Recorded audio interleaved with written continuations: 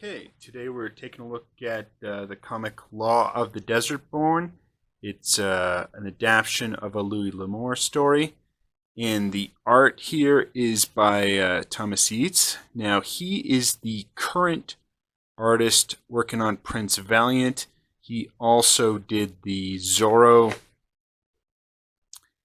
daily that ran in the paper for, I don't know, maybe 1 or 2 years, right around at the time the Antonio Banderas Zorro movie came out. And so he is a fantastic artist. I mean, there's a reason he's working on one of the premier properties in comics, Prince Valiant. I mean, that's got to be one of, if not the longest running newspaper comic there is. And he's the artist on it for a reason, because he's really good. Now, this is kind of an interesting Western story. You don't see too many Western comics nowadays, so it is nice to see this adaptation of a Louis L'Amour story. And it's an adaptation of a short story, which I think works really well for the comic medium. Sometimes adapting an entire novel, you lose too much of the story there, and that's not the case at all here.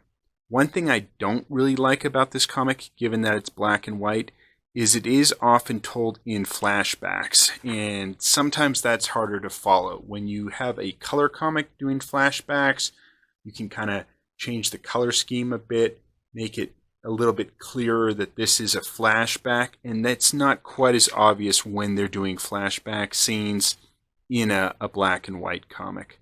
The general story, though, is there's a posse after a man, and he's being tracked down. What I really do like at the end here of the story, you've got a real nice map of like how the posse went, and that's a really nice addition. Then you also have some great behind the scenes commentary here. It's written by Beau L'Amour, the son of Louis L'Amour, and I think the guy in charge of the estate. So this is just a really brilliant, oversized comic, fantastic art. If you're a Western fan at all, I would highly recommend this comic. It's, it's not too pricey. I'm not sure. I don't think the price is listed here, but I was able to pick this up quite cheap, and you get a lot of value in this nice hardcover book with just brilliant, brilliant art. Only reasons I would not suggest this is if flashbacks trouble you, and it's like just makes it difficult to follow. That can be an issue. The other issue would also be, if you really must have something in color, because again, this is just a black and white comic.